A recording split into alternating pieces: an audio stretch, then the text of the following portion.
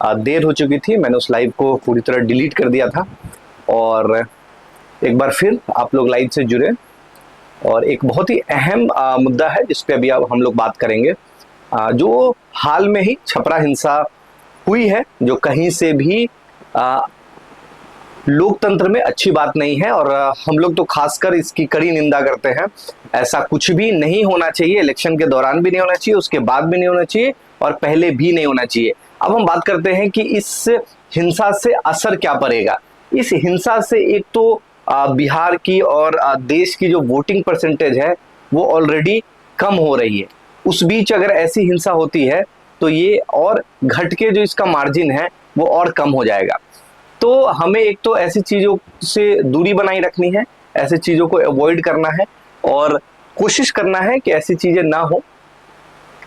दूसरा क्या है कि कल ही यानी जो छठा फेज है उसका इलेक्शन होना है और कहीं ना कहीं इसका असर इसलिए दिखेगा क्योंकि महाराजगंज, सिवान, गोपालगंज, वैशाली, पश्चिम चंपारण, शिवहर और पूर्वी चंपारण की हम बात नहीं करेंगे क्योंकि ज्योग्राफिकली वो थोड़ा दूर है। पर ये जो तीन है, क्योंकि मैं अगर महाराजगंज की बात करें तो महाराजगंज के 6 विधानसभा में 4 विधानसभा जो है वो छपरा का हिस्सा है, यानी छपरा जिला का हिस्सा है।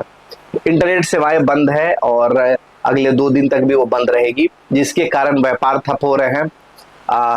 कहीं ना कहीं जो कम्युनिकेशन है वो ठप हो रहा है, लोगों का काम अफेक्ट हो रहा है और एक मानसिक दबाव बन रहा है ये हिंसा के कारण। दूसरा, जो वोटिंग परसेंटेज है वो बहुत कम गिरेगा क्योंकि जो वोटर है वो भय के माहौल में रहेंगे और वो शायद वोट गिराने कम जाए, उनको ऐसा डर हो कि शायद बूथ पे किसी भी तरह की हिंसा हो सकती है। लेकिन मैं सुनिश्चित करता हूं आपको कि जो हमारा जिला प्रशासन है, क्योंकि वो मेरा भी जिला है और आधिकारिक रूप से भी मैं वहां से जुड़ा हूं, तो जो हमारे जिला प्रशासन है, जो हमारे जिलाधिकारी हैं अमन समीर जी और जो अभी वर्तमान में एसपी है गौरव मंगला जी, आप हाजीपुर वाले बेहतर जानते होंगे गौरव मंगला जी का कैसा एक्शन रहा है। इन्होंने बहुत ही मुस्तैदी से पूरे टीम ने लगकर सिचुएशन कंट्रोल कर रखा है। उस एक हिंसा के बाद अभी तक कोई ऐसी घटना की बात नहीं हुई है और ना होगी। मुझे पूरी उम्मीद है कि प्रशासन हो चाहे इलेक्शन कमीशन ऑफ इंडिया हो, जिसकी भी दायित्व बनती है वो बहुत मुस्तैदी से है। और इतना तो मैं इतने लंबे टाइम से जुड़ा हूँ जिला से, तो मुझे इतना तो भरोसा है और पता है कि ऐसे किसी भी हिंसा को बढ़ावा नहीं देती जिला प्रशासन किसी भी जिला में, और खासकर अमन समीर जी के रहते और गौरव मंगला जी के रहते ऐसा कुछ नहीं होगा। तो आप लोग भयमुक्त होके वोटिंग करने जाए महाराजगंज के लिए, मत का अधिकार करें, वो आपका अधिकार है। वो कहीं ना कहीं देश के निर्माण में आपका बहुत बड़ा योगदान है। सेम मैं बोलूंगा कि सिवान हो चाहे गोपालगंज हो या वैशाली हो, कल वैशाली में भी वोटिंग है और प्रचार प्रसार कल ही बंद हो चुका है जितने भी पार्टी उनके द्वारा आदर्श आचार संहिता के तहत। तो जो वोटर है वो बहुत क्लियर है, इस बार 2024 में होना भी चाहिए, चाहे सरकार बनाने वाले वोटर की बात करें या सरकार गिराने वाले ही वोटर की बात करें। मत का जो अधिकार है वो स्वयं का अधिकार है। हमारा जो प्रयास है, जो लंबे टाइम से हम लोग कैंपेन कर रहे हैं, जिला प्रशासन भी कर रही है और इलेक्शन कमीशन भी कर रही है, या आप और हम भी कर रहे हैं, इसका हिस्सा आप और हम भी है, लंबे टाइम से हम लोग जुड़े हैं। वोट या बहाना जो हम लोग मुहिम चला रहे हैं उसमें एक बड़ी कड़ी है। कहीं ना कहीं हर फेज में जो जिस हिसाब से मौसम अनुकूल था, वोटिंग परसेंटेज बढ़ना चाहिए था, वो नहीं बढ़ पा रहा है। और अब जब हिंसा की बात हो गई है तो शायद ऐसा ना हो कि अगले जो 8 लोकसभा क्षेत्र है उसमें कहीं वोटिंग परसेंटेज 50-52 ना हो जाए। तो प्रयास ये करना है कि सुबह सुबह ही और निश्चित रूप से आप भयमुक्त होकर जाए। ये तो मैं आपको खुलकर बोल ही सकता हूं कि जो जिला प्रशासन है, खासकर महाराजगंज में की बात कर ले क्योंकि वो सिवान का हिस्सा है, वहां भी होना है, या जो छपरा का हिस्सा है महाराजगंज का 4 लोकसभा, वहां भयमुक्त आप जाएं क्योंकि जिला प्रशासन हो और जितनी भी सुरक्षा बलों की टीम है वो पूरी तरह तैनात हो चुकी है। एक मैं बहुत अच्छी बात करूंगा जो मुझे बहुत अच्छा लगा कि इस संवेदनशील माहौल में तेजस्वी जी ने जो सिचुएशन को बहुत मैच्योरली हैंडल किया, वो बहुत अच्छी बात लगी। एक अच्छा मैसेज दिया पूरे बिहार को। उन्होंने किसी भी तरह के हिंसा भड़काने की बात नहीं की जो आमतौर पार्टियां एक दूसरे पे आरोप लगाते हैं। तो ये मैच्योरिटी देखने को मिला और कहीं ना कहीं बहुत अच्छा लगा कि युवा होने के नाते ऐसी गंभीरता से उन्होंने इस सिचुएशन को हैंडल किया। मैं बाकी पार्टियों के नेताओं से भी अपील करूंगा, ये हम आम जनता की तरफ से अपील है कि आप किसी भी तरह का बयान ना दे क्योंकि जो लोग छपरा के नहीं हैं वो किसी पटना से बैठकर या अन्य जगहों से बैठकर अगर इस पे टिक्का टिप्पणी करते हैं तो माहौल जो है वो कहीं ना कहीं छपरा के आसपास जिलों पे पड़ता है। अगर आप किसी दूसरे छोर पे हैं, आप झारखंड के किसी बॉर्डर के पास आपका हिस्सा पड़ता है बिहार, और वहां से आप टिप्पणी करते हैं, और या आप लोग पटना जाकर मरीज से मिलकर और अपनी कुछ चीजों के फायदे के लिए अगर आप वहां से कुछ भी स्टेटमेंट देते हैं, जिस स्टेटमेंट से आपको बचना चाहिए, ये आपका पहला कर्तव्य है कि देश में, राज्य में किसी भी तरह की ऐसी हिंसा होती है तो उसको बढ़ावा ना दे। उल्टा अगर आपको कुछ करना है, मिलना है तो ठीक है, इस माहौल को शांत होने दे और उसके बाद आप लोग आए, परिजन से मिले और जिनसे भी मिलना है, जो भी आपको राशि देनी है, सहयोग देना है वो करें। और ये राशि सहयोग सिर्फ नेताओं को ही नहीं देना चाहिए, किसी भी तरह की घटना हो, चाहे वो पुलिस कर्मी के साथ हो या किसी आम जनता के साथ हो, आपका और हमारा दायित्व भी बनता है कि हम आर्थिक रूप से उनकी मदद करें। क्योंकि कभी भी ये जो हिंसा है, चाहे वो किसी के साथ हो, किसी पार्टी का हो, उससे फर्क नहीं पड़ता, इंसानियत सबसे ऊपर है। तो अगर मौका मिलता है तो आपको और हमें भी आगे खड़े होकर, आगे आकर हमें कुछ ना कुछ आर्थिक मदद करनी चाहिए, किसी के साथ भी हो ऐसा।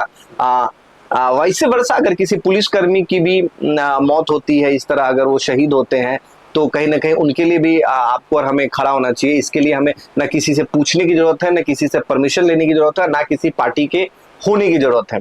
चाहे आप किन्हीं के साथ भी हो, जो जीव हत्या है, चाहे वो इंसान की हो या जानवर की हो, हमें आगे आके उसको बढ़ चढ़ के वहां पे मदद करनी चाहिए। तो एक तो नेताओं से ये खासकर अपील है, हाथ जोड़ करके, जितने भी नेता हैं जो कहीं ना कहीं छपरा से बाहर के नेता हैं और उनको अपना पॉलिटिकल करियर चमकाना है, तो ऐसे बयानबाजी करके वो अपने पॉलिटिकल सीनियर लीडर को अगर वो इम्प्रेस कर रहे हैं तो कृपया ना करें, हाथ जोड़ के ना करें, क्योंकि लगातार छपरा में ऐसी कई घटनाएं होते आ रही हैं और एक अनुमाद पैदा हो रहा है और वो कहीं ना कहीं लंबे टाइम तक उसका असर दिखता है और एक माइंडसेट बन जाता है कि नहीं, ये इनके साथ है, चुनाव आएगा जाएगा, ये पर्व है, इसे पर्व की तरह मनाएं। इसको ऐसा ना करें कि चुनाव खत्म होने के बाद भी एक लंबे टाइम तक जो दो समुदाय हैं उनमें एक खटास बना रहे, क्योंकि ये फिर ऐसे छोटी छोटी चीजों में फिर वो नजर आता है।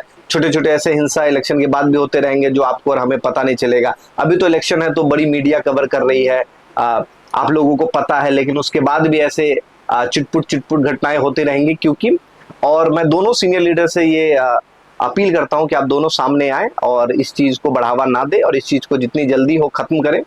और 4 जून को रिजल्ट आना है, उसके लिए भी मैं आप लोगों से अपील करता हूं कि जितनी भी जनता है उनको किसी भी तरह से ऐसे एग्रेसिव नहीं होना है। देखिए, ये देश का चुनाव है, कहीं ना कहीं ये पॉलिटिकल है, लोग चाहेंगे कि ये सिचुएशन बने। अगर आपकी जीत हो तो भी आपको एग्रेसिव नहीं होना है, आपकी हार हो तो भी आपको एग्रेसिव नहीं होना है।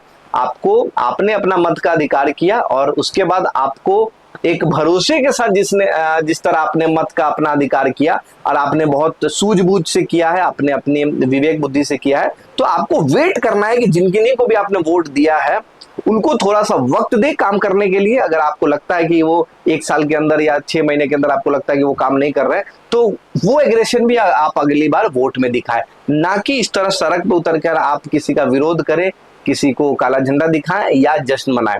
तो 4 जून को चाहे नतीजा जो भी हो, आपको और हमें समझदारी से इसको हैंडल करना है और किसी भी तरह का इस तरह का हिंसा नहीं करना है, ना बहुत खुश होना है, ना बहुत दुखी होना है। ये पार्ट ऑफ लाइफ है, ये हमने सोचकर अपने मत का अधिकार किया है। आपको अपने डिसीजन पे विश्वास रखना है कि जिस किसी को भी आपने वोट किया है वो आपके लिए योग्य है और आपके लिए वो करेगा। ऐसे ही सोच के साथ ना आपने वोट किया है, आप अपने जीवन का कीमती समय देकर आप जाकर पोलिंग बूथ में लाइन में लगकर धूप में खड़े होकर आपने खुद वोट किया है और अपने परिवार को वोट कराया है। कहीं ना कहीं आपने 4 घंटा 3 घंटा देश के लिए दिया है। तो आपको अपने नतीजे पर, आपको अपने डिसीजन पे बहुत विवेक बुद्धि से आपको अड़े रहना है और उसके बाद नतीजा जो भी हो उसको मैच्योरली हैंडल करना है। तो इसी के साथ मैं संवाद खत्म करूंगा और बहुत जल्द हम लोग एक टैलेंट हंट शो लाने जा रहे हैं हाजीपुर में, जिसका अनाउंसमेंट मैं बहुत जल्दी करूंगा। जैसे ही ये 4 जून को इलेक्शन खत्म हो जाता है, इस माहौल से लोग निकल जाते हैं और वापस से अपनी रेगुलर लाइफ में आ जाते हैं। गर्मी छुट्टी का समय है, बच्चों के लिए खासकर हम लोग एक मेगा इवेंट लाने जा रहे हैं जो कहीं ना कहीं उनके लिए एक फन एलिमेंट होगा, एक एंटरटेनमेंट का बहुत बड़ा माध्यम होगा। और जैसा कि हमारे हर सीरीज में एंटरटेनमेंट के साथ एक सोशल मैसेज होता है, हम वो मैसेज भी कंटिन्यू करेंगे और लोगों से चाहेंगे कि आपस में इंटरेक्ट करें, प्रेम बढ़ाएं और ज्यादा से ज्यादा इंटरनेट और मोबाइल से दूर रहें और आपस में लोगों से मिले और एक दूसरे को जाने और जो नॉलेज है वो इकट्ठा करें। तो इसी के साथ नमस्कार प्रणाम, मैं टीम पवन से पवन कुमार सिंह, आप देख रहे हैं भारतीय टीवी। और बहुत जल्द इसी टीवी पे आपको एक मेगा अनाउंसमेंट होगा जिसमें हम लोग कहीं ना कहीं टैलेंट हंट शो की बात करेंगे। और मैं फिर से अपील करता हूं कि 25 जून को जितने भी लोकसभा क्षेत्र में, खासकर बिहार के 8 लोकसभा क्षेत्र में वोटिंग होना है, वहां बढ़ चढ़ कर हिस्सा ले, किसी भी तरह के ऐसी चीजों से दूर रहे, आप अपना काम करें, आप अपने मत का अधिकार देकर आए, चाहे वो पूर्वी चंपारण हो, पश्चिमी चंपारण हो, सीवर हो, वैशाली हो। खासकर वैशाली लोकतंत्र की जननी रही है, यहाँ तो बढ़ चढ़ कर वोट करे ही, चाहे वो गोपालगंज हो, चाहे वो सिवान हो। और मुझे लगता है कि शिवहर, हाँ, ये 8 जो है इस पे खुलकर आप जाएं और वोट मत का अधिकार करें और वोटिंग करें। तो नमस्कार प्रणाम, मैं टीम पवन से पवन कुमार सिंह और आप देख रहे हैं भारतीय टीवी।